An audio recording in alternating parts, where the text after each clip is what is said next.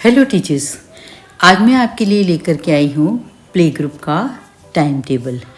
Play group में हम बच्चों को प्रायः 3 से लेकर के 3.5 घंटे के लिए स्कूल बुलाते हैं। किसी किसी स्कूल में प्ले ग्रुप के बच्चों को 3 घंटे के लिए बुलाया जाता है और किसी किसी स्कूल में 3.5 घंटे के लिए। मैंने ये जो टाइम टेबल बनाया है 3.5 घंटे के हिसाब से बनाया हुआ है, 9:30 to 1। तो इन 3.5 घंटों में हम कौन कौन सी एक्टिविटी बच्चों को कराएंगे, प्ले ग्रुप के टाइम टेबल में मैंने मेंशन किया हुआ है। ये मैंने सिर्फ एक आइडिया के लिए बनाया है। इससे आइडिया लेकर के आप अपने बच्चों के लिए टाइम टेबल बना सकते हैं। बच्चों का जब हम टाइम टेबल बनाते हैं, स्पेशली प्ले ग्रुप का, तो हमें 2-3 बातों का खास ख्याल रखना होता है। पहला तो ये कि जब भी हम प्ले ग्रुप का टाइम टेबल बनाएं तो ये हमको ध्यान रखना है कि किसी भी एक्टिविटी का टाइम जो है वो बहुत ज़्यादा नहीं होना चाहिए। एक्टिविटी बहुत सारी हो पर कम समय के लिए हो। बहुत लंबे समय तक एक एक्टिविटी को करके बच्चा जो है, छोटा बच्चा, वो बोर हो जाता है, कंसंट्रेट नहीं कर पाता है। तो सबसे पहले हमें ध्यान रखना है कि जिस भी एक्टिविटी को हम करा रहे हैं उसकी अवधि जो है, उसका टाइम है वो 20 मिनट्स से ज़्यादा नहीं होना चाहिए। कुछ एक्टिविटीज़ हैं जिसमें थोड़ा ज़्यादा समय हम रख सकते हैं, जैसे कि आउटडोर प्ले है, उसे हम आधे घंटे के लिए रख सकते हैं। बच्चों को हम ग्रुप एक्टिविटी कराते हैं, मतलब सेंटर करके एक एक्टिविटी है जिसमें 2-3 ग्रुप में बच्चों को रखते हैं, क्लास के बच्चों को, और उन 2-3 ग्रुप्स में अलग अलग एक्टिविटी हम कराते हैं। बच्चा जो चाहे ग्रुप को ज्वाइन कर सकता है, तो उसके लिए हम थोड़ा ज़्यादा समय रख सकते हैं। पर जैसे एक्सरसाइज बच्चों को करानी है, वो छोटी गतिविधि है, कम टाइम उसके लिए हम रखेंगे। राइम्स है, स्टोरीज है, उसके लिए कम टाइम रखेंगे। तो इस प्रकार से इन एक्टिविटीज़ को देखते हुए हमें टाइम जो है वो डिसाइड करना पड़ता है, और ये ध्यान रखना होता है कि बहुत ज़्यादा लंबे समय तक की किसी भी एक्टिविटी को हम ना कराएं। एक बात। दूसरी बात, हमें ये ध्यान रखना है कि बच्चों का टाइम टेबल जो हमने बनाया वो हमेशा फ्लेक्सिबल होना चाहिए।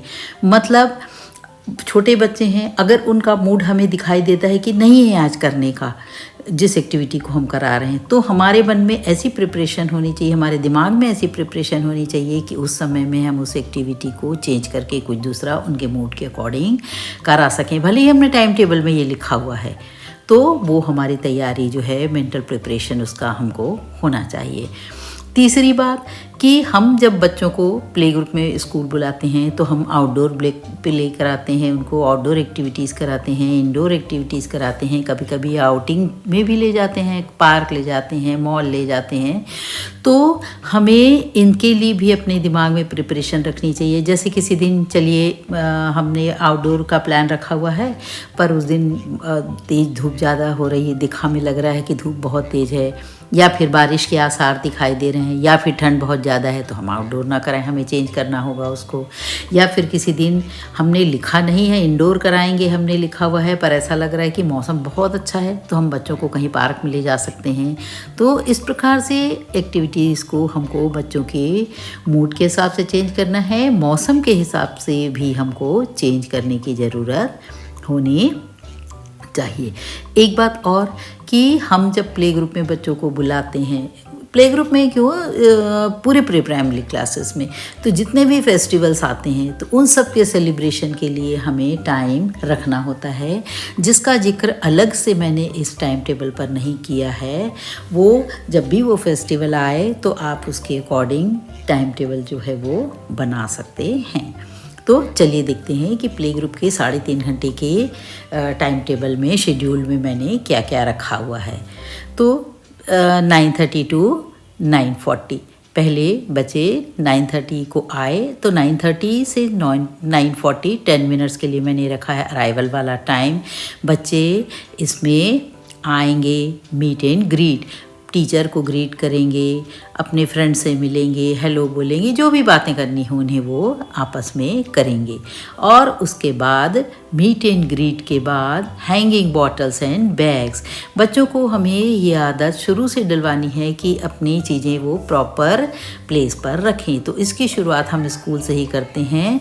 बच्चों को ये बोलते हैं कि बैग्स जो हैं वो बॉटल्स हैं वो सही जगह जहाँ भी नियत है रखने का वहाँ वो करें।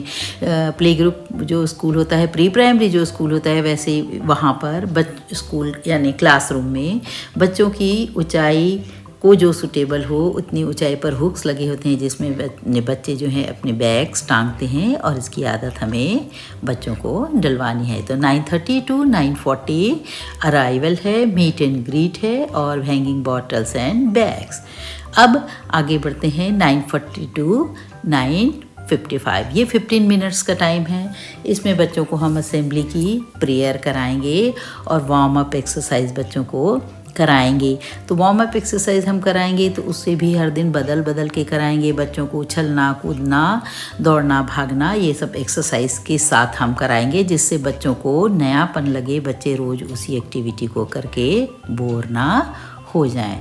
फिर 9:55 to 10:10 ये एक्टिविटीज़ भी 15 मिनट्स के लिए है। इसमें हम बच्चों को राइम सिखाएंगे, किसी दिन हम बच्चों को स्टोरी सिखाएंगे। तो स्टोरी बताएंगे बच्चों को, किसी दिन राइम सिखाएंगे। इसके अलावा यदि हमें लगता है कि कोई एक और मज़ेदार एक्टिविटी हमें आती है समझ में, तो हम बच्चों को इसमें करा सकते हैं, क्योंकि ये टाइम टेबल मैंने एक दिन का बनाया हुआ है। वीक में 5 डेज़ उनको स्कूल आना होता है, किसी स्कूल में 6 डेज़ और किसी स्कूल में प्री प्राइमरी के लिए 5 डेज़ स्कूल होता है। तो पूरे 5 दिन आप इस टाइम में यही कराएं, ये कोई ज़रूरी नहीं है। ये मैंने आपको बेसिक आइडिया के लिए बनाया हुआ है। तो 9:55 to 10:10 जो 15 मिनट्स के लिए आपको राइम्स और स्टोरीज़ के अलावा और कोई जो आप एक्टिविटी याद आती है तो आपको वो करानी है। 10:10 से 10:40 एक्टिविटी मैंने रखी है सर्कल टाइम। इस एक्टिविटी में एक बड़ा सर्कल बनाते हैं और उस सर्कल में हम कोई भी गेम या किसी भी प्रकार की एक्टिविटी बच्चों से कराते हैं। इसमें पूरी क्लास जो है उस एक्टिविटी में इन्वॉल्व होती है। वो गेम चाहे किसी हम ऑब्जेक्ट के साथ, किसी आर्टिकल के साथ खेल सकते हैं, किसी टॉय के साथ खेल सकते हैं, बिना किसी टॉय के भी हम खेल सकते हैं। तो ये सर्कल टाइम होता है जिसमें सारे बच्चे सर्कल में बैठते हैं और फिर हम उस प्रकार की गेम या कोई एक्टिविटी बच्चों से कराते हैं। तो 10 to 10 से लेकर के 10:40 मतलब 30 मिनट्स के लिए ये एक्टिविटी है सर्कल टाइम, जिसमें हमें बच्चों को ये कराना है। अब आगे बढ़ते हैं 10:40 to 11, ये 20 मिनट की एक्टिविटी है। तो इसमें हम बच्चों को oral alphabet, oral number, GK की जानकारी, ये सारी चीज़ें हम इनको कराएंगे। ये एक्टिविटी भी हमने 20 मिनट्स के लिए रखी है। ये बात ज़रूर ध्यान में रखिए कि जब भी हम इन्हें सिखाएं तो ओरल अल्फ़ाबेट सिखाएं, ओरल नंबर सिखाएं, जीके बताएं, कॉन्वर्सेशन बताएं। तो हमें ये ज़रूर ध्यान रखना है कि सारी क्लास उसमें इन्वॉल्व है कि नहीं, ये हमको ज़रूर देखना है, क्योंकि इतने छोटे बच्चे हैं। हर बच्चे को क्लासरूम बिहेवियर नहीं मालूम होता कि अगर एक साथ मैम बोलने को बोल रही हैं तो हमें बोलना चाहिए। पर हमको ये ज़रूर देखना चाहिए कि बच्चे उसमें इन्वॉल्व हों। कुछ बच्चे शाई हैं, नहीं बोल रहे हैं, तो हमें इनकरेज करना चाहिए। कुछ बच्चे ज़्यादा बोलने वाले हैं तो उन्हें खड़े होकर बोलने देना चाहिए, मतलब इंटरेक्टिव भी होना चाहिए ये सेशन जो है ओरल अल्फ़ाबेट, ओरल नंबर या जीके का। अब 11 to 11:40 ये वाला समय 40 मिनट्स का है। ये मैंने रखा हुआ है बाथरूम के लिए। बच्चे बाथरूम जाएं, हैंड वॉश करें और फिर अपना स्नैक्स जो है वो टिफ़िन है वो जो इस समय में खाएं। तो ये इतना टाइम बच्चों को लग जाता है। छोटे बच्चे इतने परफेक्ट नहीं होते कि टाइम से वो सब काम को कर सकें। तो उनको टॉयलेट जाना, हाथ धोना, हाथ वापस आना, बैठना, टिफ़िन खोलना, खाना, इन सब में बहुत टाइम लगता है। तो ये 40 मिनट्स की उनकी इसके लिए मैंने रखा हुआ है, जिसमें वो बाथरूम जाएंगे, हैंड वॉश करेंगे और बच्चों के साथ स्नैक्स वो खाएंगे। हमको ये ज़रूर ध्यान देना है इनकी इस एक्टिविटी के टाइम, हम ये वॉच करें कि हर बच्चे ने हाथ धोया है कि नहीं धोया है। बच्चे टॉयलेट अगर उनको जाने की नीड है तो बता पाते हैं कि नहीं बता पाते हैं। फिर अपना टिफ़िन खोल सकते हैं कि नहीं खोल सकती हैं, ये हमें देखना है। उनके टिफ़िन में जो चीज़ें हैं वो ले कर के आए हैं घर से, वो हेल्दी है कि नहीं है, ये सब हमें देखना है। उसके साथ साथ टेबल मैनर भी हमें इसी समय सिखाना है कि बच्चे जब स्नैक्स करने के लिए बैठते हैं तो प्रॉपरली बैठें। सबसे पहले तो हैंड वॉश करके जब आए तो अपने हैंकी से हाथ पोंछें, अपनी प्लेस में बैठें प्रॉपर। अगर स्पून से उनको खाना है तो वो स्पून किस प्रकार से पकड़ना है, तो ये बहुत छोटी छोटी बातें हैं। जब उन्हें हम स्नैक्स उनका टाइम होता है और ये बाथरूम जाने का, टॉयलेट जाने का समय होता है, तो हमें इन सब चीज़ों का ध्यान रखना होता है। क्योंकि ये जो बिहेवियर है, ये जो सोशल बिहेवियर है बच्चे हम क्लास में सीखें, ऐसी हमारी कोशिश होनी चाहिए। वो प्रैक्टिकली जब करके देखेंगे, जब करेंगे, तब उन्हें ये चीज़ें समझ में आएंगी, उनकी आदतों में शामिल होंगी। जैसे हम उन्हें बताएंगे कि कभी भी आप खाएं तो आपको उसके पहले हैंड वॉश करना चाहिए। तो जब हम प्रैक्टिकली क्लास में नहीं कराएंगे, बच्चों को स्नैक्स के पहले हैंड वॉश के लिए नहीं भेजेंगे, तो बच्चों को ये बातें आदत में कैसे आएंगी। तो ये हैबिट फॉर्मेशन जो हमें करवानी, इसी एज से करवानी है, तो ये चीज़ें हम उनको करवाएंगे। लंच टाइम उनका ख़त्म हो जाने के बाद 11:40 to 12 20 मिनट्स के लिए मैंने जो टाइम रखा है वो एक्टिविटी टाइम है।